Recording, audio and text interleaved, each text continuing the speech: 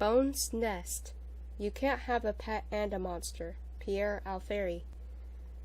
Los Angeles, California, 5/10/2014, 12:07:29. A Jackson Bones Nest? Tamor asks, emerging from an area devoted to animal recline with, what? A small sofa, synthetic, sheepskin, in hand. Astaire laughs, looks at the tag, stops laughing. $230? What kind of pet store have you brought us to? Almost worth it, though. Is it really synthetic? Feels too real. Just to see the look on Anwar's face. Already worth it. Just to see the look on your face. I might get it. It's big enough. For me. Thanks for driving, Tay. Her friend shrugs. You need a second car. We're getting a dog. Some dog. For all her street, mostly, smarts, this is not something Tamor will ever really understand. She and her teenage daughter, Roxanne, who is nothing like Xanther, have a great deal in common, for better or worse, how they shop, gossip, and fight, or the 3 C's, covet, conquer, and cast off. Curiously, Astaire, for some time now, has been unable to shake the feeling that the only thing she and Xanther share in common is their love of the animal game. If not love, at least enthusiasm, especially when it gets going, shrieks of recognition and Xanther's fast patter of words, fast like a frightened bird's heart. Oh, Mommy! The one place Xanther still cries out Mommy when they play, otherwise long-lost common usage, parental nomenclature, ever in shift.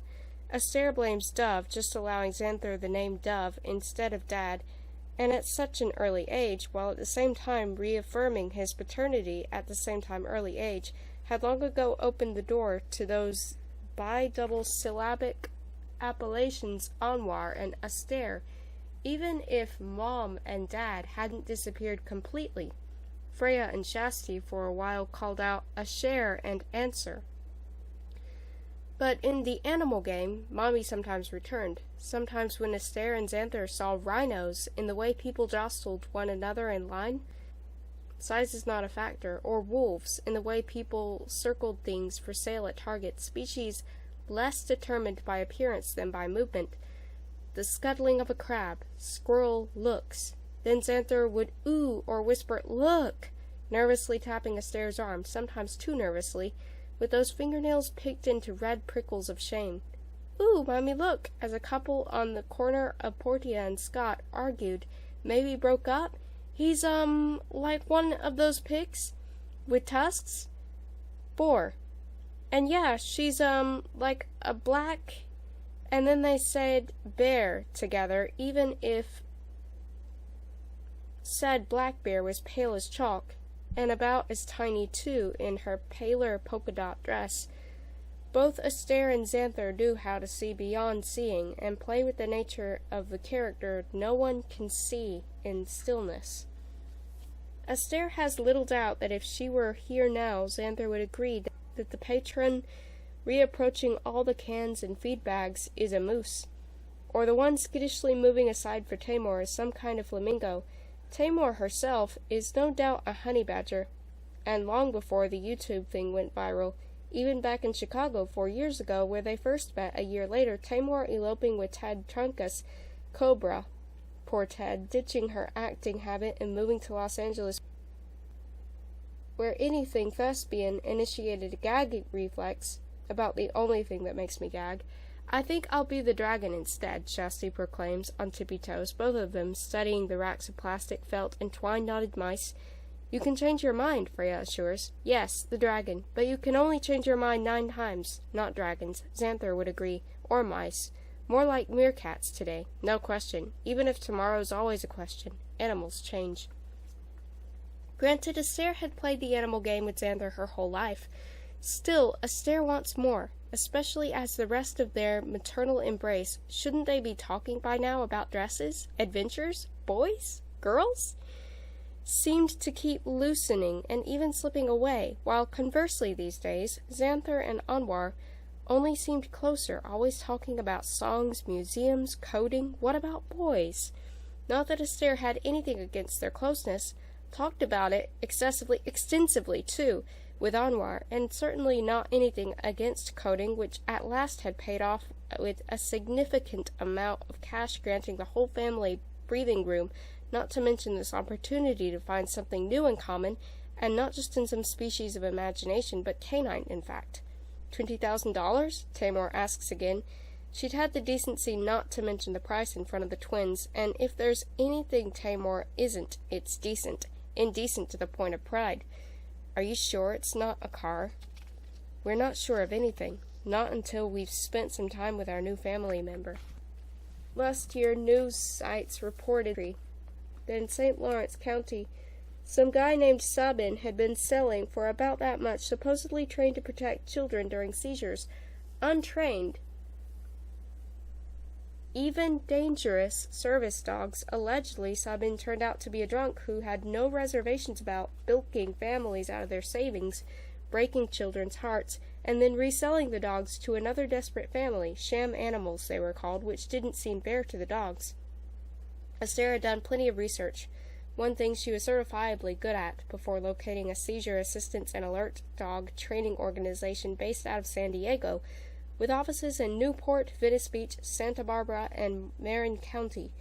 The cost was a reality that made such prospects always academic wishful thinking, until December made of the academic a necessity.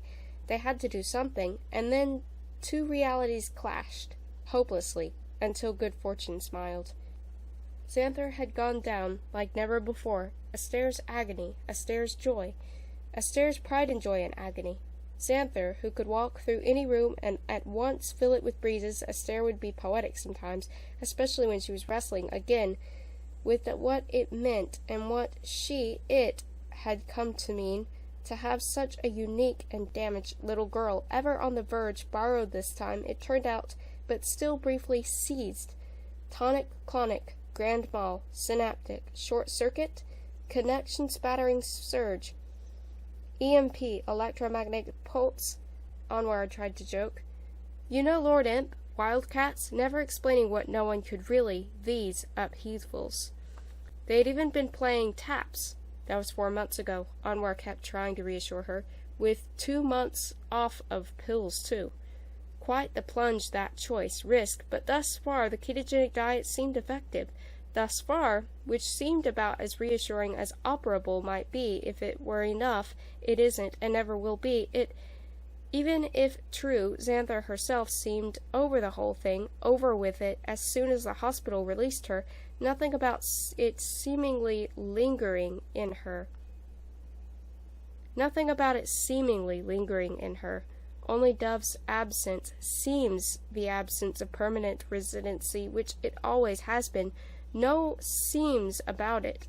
Astaire's the one who, if she can't forgive him, can't get on the other side of this awfully fractured memory. Was repression at work in Xanther? Or had the vital threat of such events drawn forth animal reactions void of recollection? Wasn't the current claim that animals live entirely in the present? Will their dog prove this claim? Maybe teach Astaire, too? Immediacy shearing away the trauma of past survivals? But how can Astaire draw forth from herself those same animal claims on territories so present they exceed memory, especially that memory, still revisiting her, or what she keeps revisiting? How can we ever tell? As it does even now, right now, in the aisles of a pet store. 23rd of December. Then all of Christmas Eve in Virginia Hospital, Christmas Day too, though from the outset it looked like Section 60 would just claim her. 60 seconds. 1, 2, 3, 4, 5, 6, 7, 8, 9, 10, 11, 12, 13, 14, 15, 16, 17, 18, 19, 20, 21, 22, 23, 24, 25, 26, 27, 28, 29, 30, 31, 32, 33, 34, 35, 36, 37, 38, 39, 40, 41, 42, 43, 44, 45, 46, 47, 48, 49, 50, 51, 52, 53, 54, 55, 56, 57, 58, 59, 60. No escape, even months later, now here. Among so many cat products, feline flea combs and boxes of pine litter, here it comes, the awful distaste for that event, for that time, all that time, and so awfully compressed into this untimed instance. Is this how animal understanding also works, or not at all? Fittingly marrying the distaste Esther has forever had for that strange creature of skulkiness and entitled impertinence surrounding her. More than distaste, disgust, even rage, Esther not exactly an allurophobe, more like a misalluro, a possible name for the dog? A second minute. 1, 2, 3, 4, 5, 6, 7, 8, 9, 10, 11, 12, 13, 14, 15, 16, 17, 18, 19, 20, 21, 22, 23, 24, 25, 26, 27, 28, 29, 30, 31, 32, 33, 34, 35, 36, 37, 38, 39, 40, 41, 42, 43, 44, 45, 46, 47, 48, 49, 50, 51, 52, 53, 54, 55, 56, 57, 58, 59, 60. A third.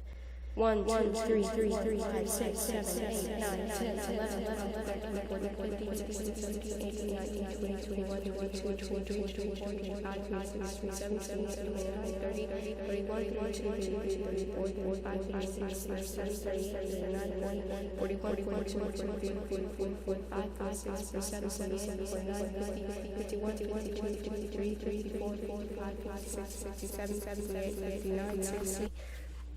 And after 3, still going, so strong, impossible to contain, cords along her baby's neck rising like cables on a suspension bridge, every bridge about to give way, the fists a small child can make. 1, 2, 3, 4, 5, 6, 7, 8, 9, 10, 11, 12, 13, 14, 16, 17, 18, 19, 20, 21, 22, 23, 24, 25, and screams? How many parents have never heard their child scream even once like that, let alone dozens of times? Her baby girl screaming like it's the end of the world, and it is the end of the world for Esther every time. Convulsive status epilepticus. Or so Esther remembers, imagines, keeps imagining, keeps. Is this then, here then, the keep of her mind and heart invaded, pillaged and possessed and raised, conquered, owned? Fourth.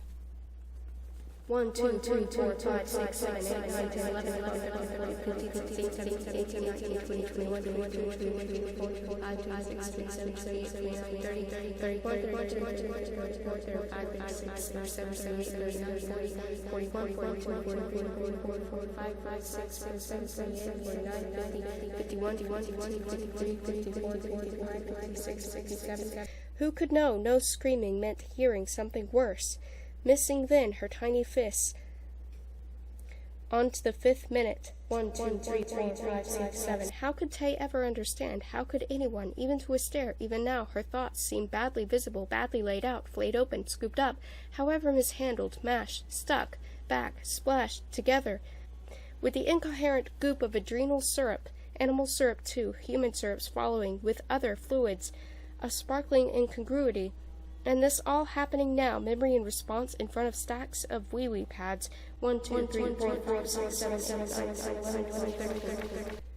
Esther then unable to hold back her own seizure of thought. She's gonna die, screaming it too. Does she mouth it now? She does not. She's gonna die, screaming it as loud as she could. Mouth that? Baby, baby, don't. Still screaming. Did she have to? What's have to when you're already doing it? Don't die, please. Oh, my baby. My little baby's going to die. Finally impossible to scream. Every mouth even think, even now, right there in her arms. Before a grave, too, surrounded by arms, his grave.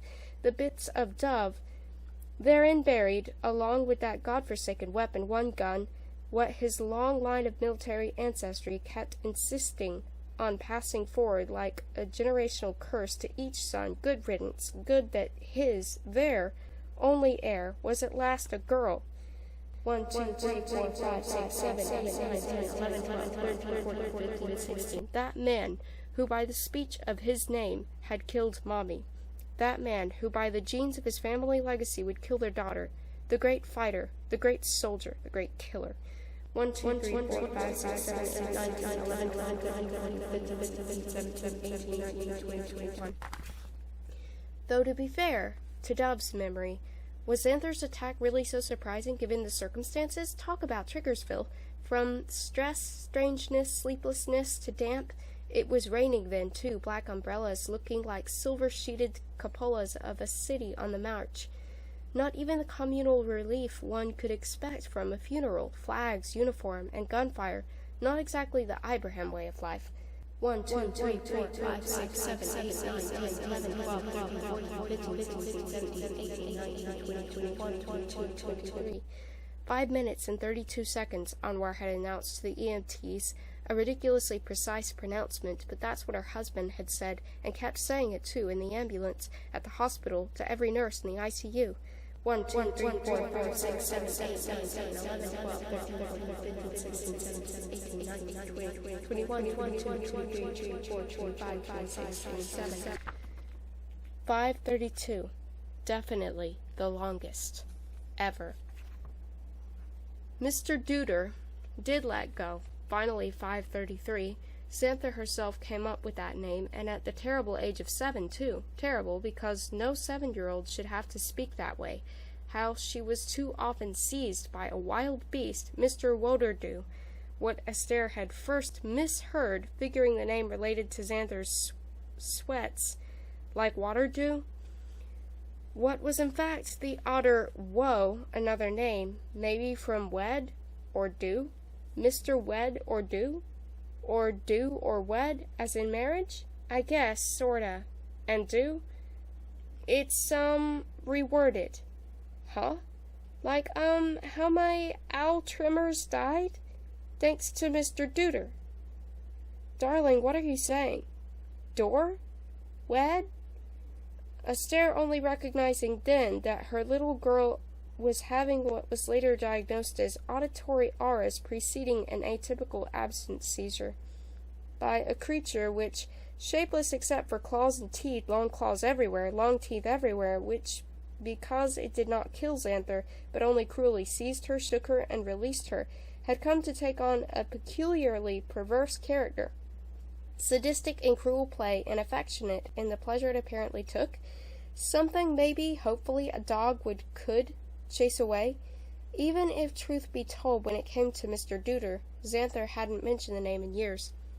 Though, also, truth to be told, such a vague thing, fairy-taled too, was not so detached from the very real contours of Xanther's life, the bullies that populated, eventually stalking her from school to school, materializing, it seemed, simply out of thin air, with the first sign of a shudder, spastic fleeing, foamed lip, or even rumors of such potential displays.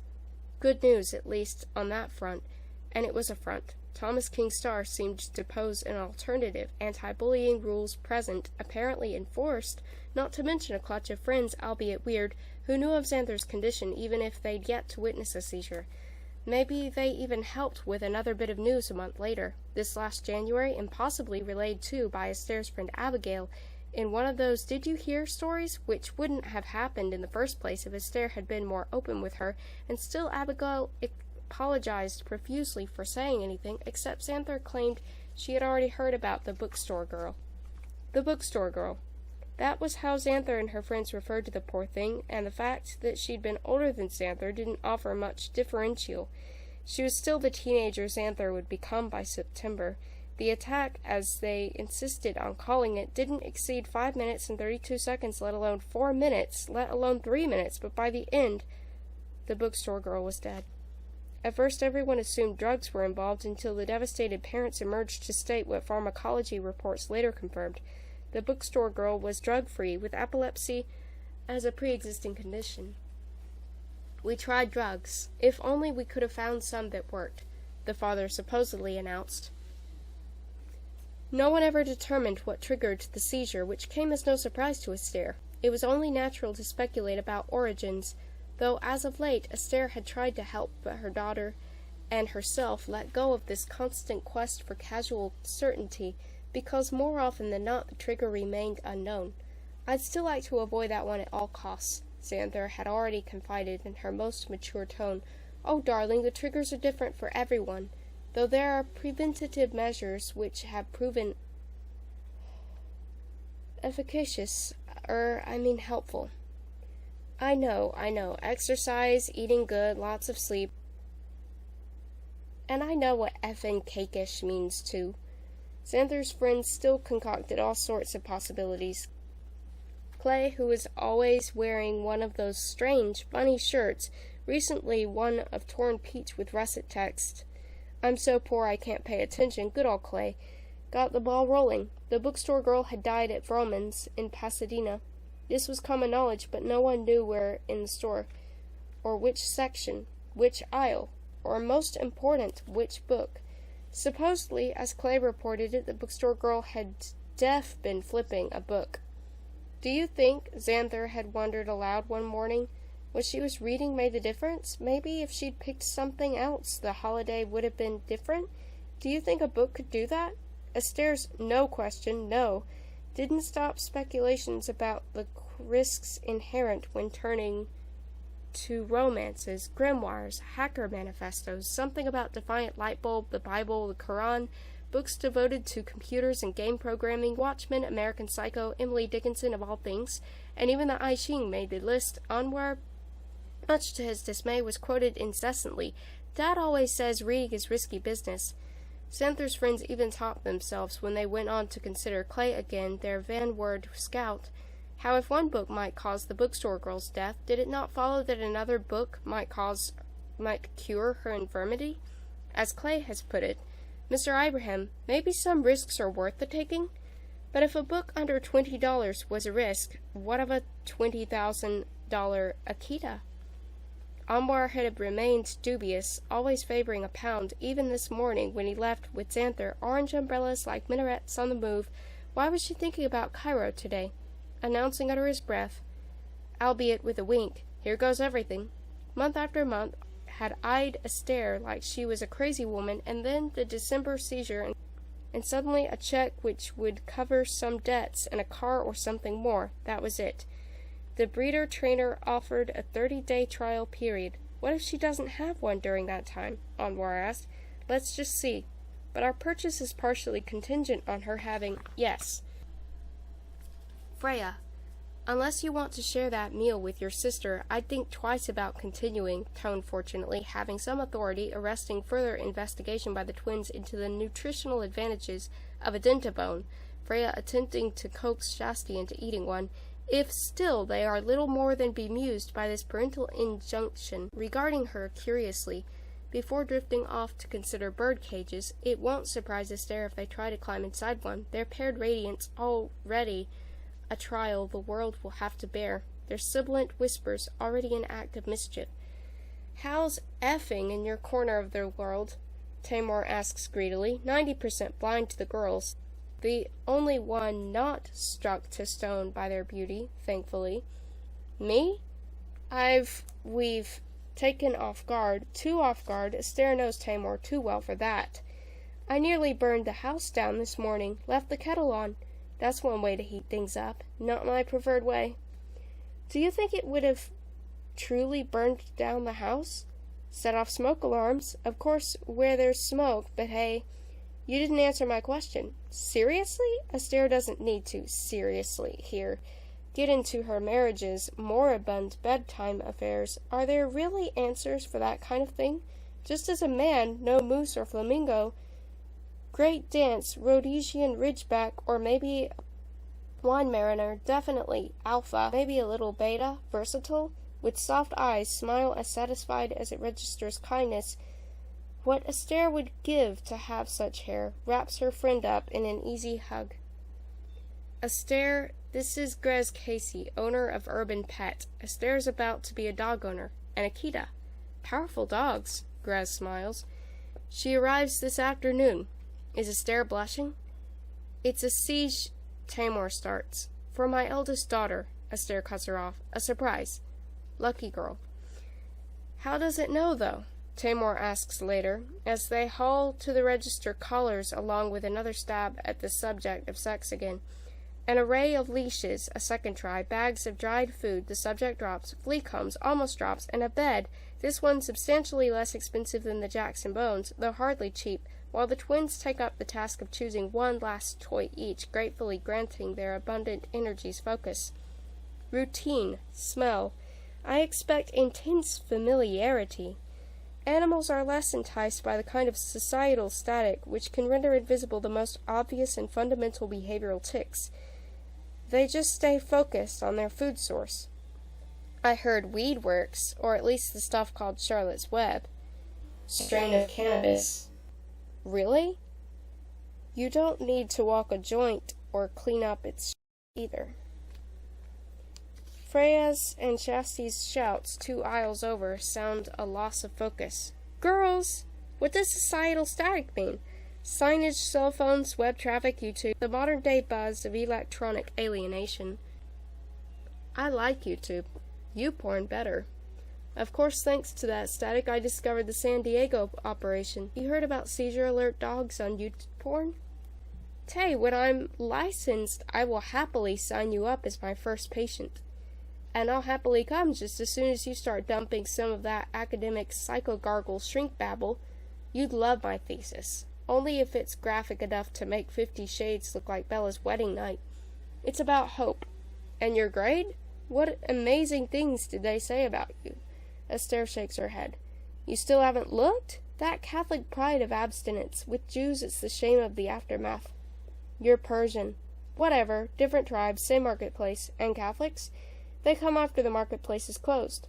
Esther considers a big plastic jar of red licorice beside the register, there for any customer to enjoy. Thinks how many hands, most here anointed with slavering dog affection, have reached inside. Still too academic, huh? All taradiddle, I mean. Taradiddle? Now there's something I might try out with Ted. Any interest in joining us for a Dark Arches Zoo evening? It's discreet. Anwar can watch. Tamor takes a strip of licorice. Honey girl textbooks aren't appealing. But how can Esther explain to Tamor that textbooks for her are extremely appealing, while burlesque clubs aren't, if that's what Dark Arches Zoo are? What would our yogis say? Esther asks instead. Abigail would replace your electric alienation with, how about just some bad drag-you-down energy going around? At least Tamor lifts a mock eyebrow. Jazz hands, too? Esther mocks back. Jazz hands help. Tamor wiggles her fingers, even throws out a feigned hat tip with a shovel step. Applause, applause. Truthfully, I haven't seen you this excited in a while. Really? The comment shocks Esther because really she can't imagine how she has in any way indicated excitement except for the burn in her face. Esther even checks in the mirror of her phone camera, already set for selfies, ignoring the messages, voicemails, boxes full, discovering no sign of but blush. Checking for beauty creases? Tamor snickers. Excitement will do that. The best faces are blasé. Or venomed. Beauty creases. I like that. Esther puts away the phone and considers having a piece of licorice. What the hell, right? Only to catch sight of her 2 girls drifting inexplicably out the front door into the downpour. At least her voice still has the power to stop them, though not before they can put to the test their blinding moment of inspiration, the test rendering useless any preventative rush. And for a moment Esther can't move. All she can effectively do is gawk at the confounding veer her 2 girls have just undertaken. Please tell me that's some kind of a weird umbrella they're wearing. That's some kind of a weird umbrella they're wearing. That's not an umbrella.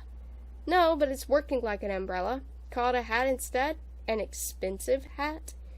The wrecking crew later forwards the claim that 1. They thought the bed was a tent, 2. Therefore they were testing its camping potential, and 3.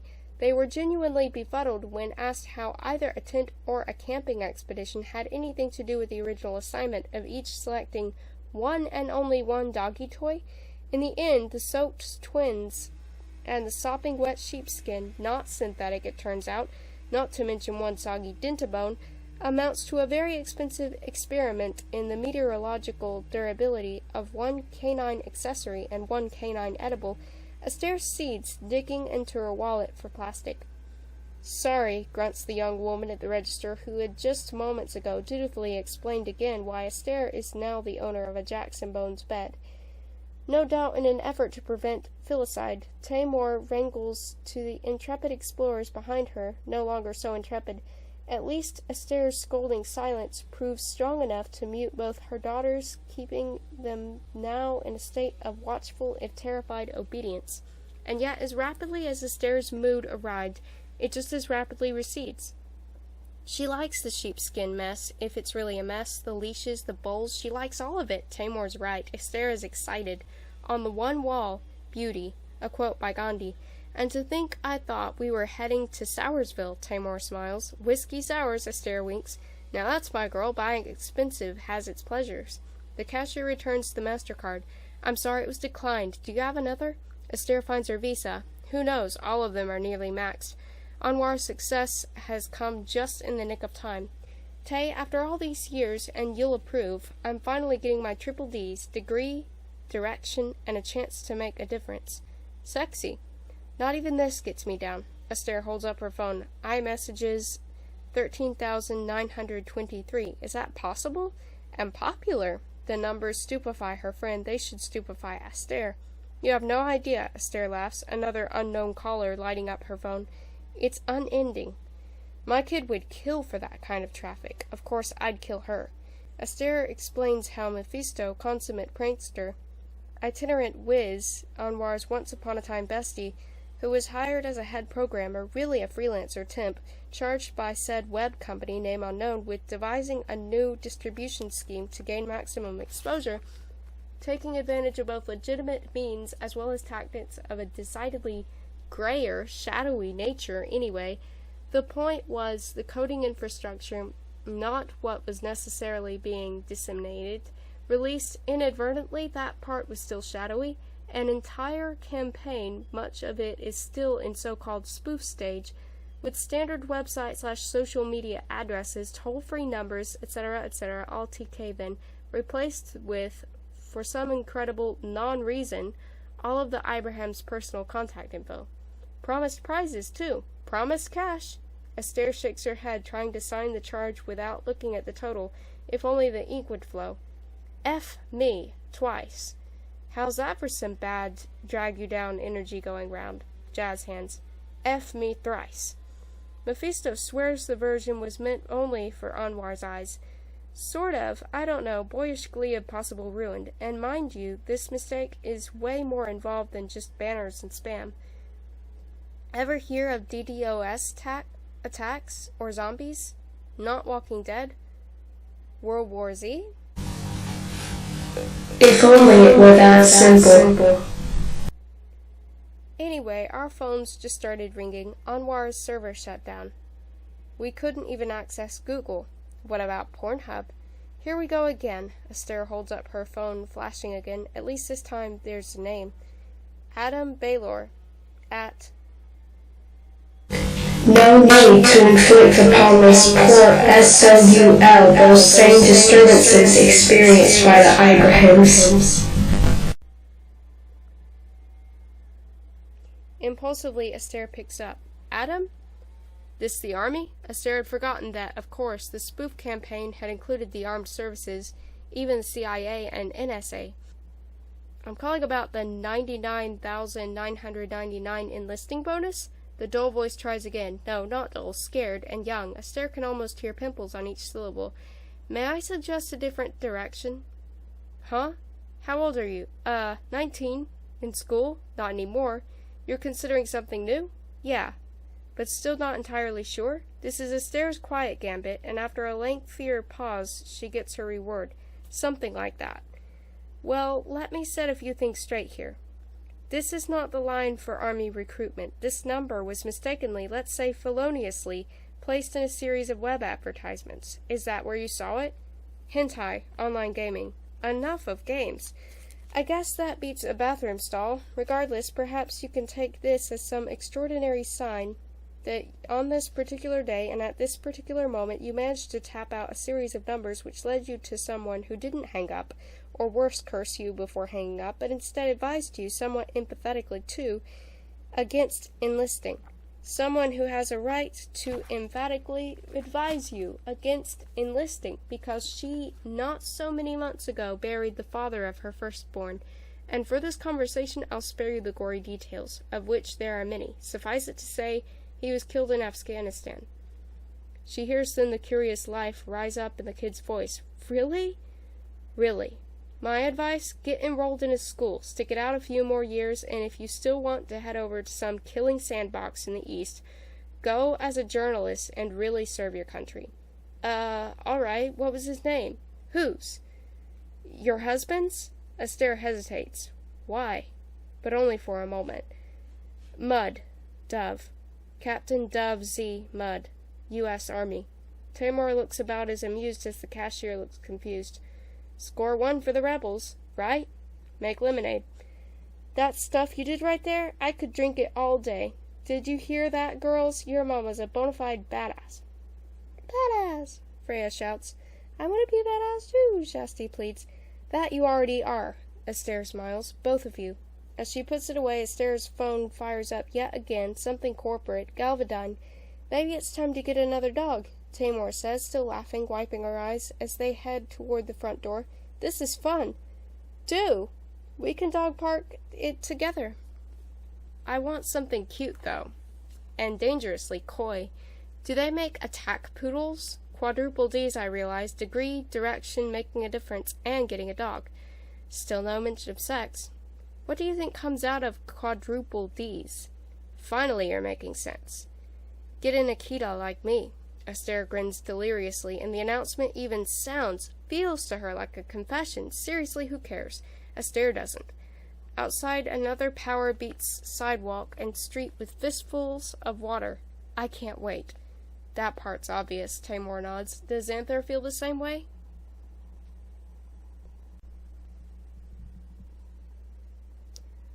Los Angeles, California, 5/10/2014, 12:33:33.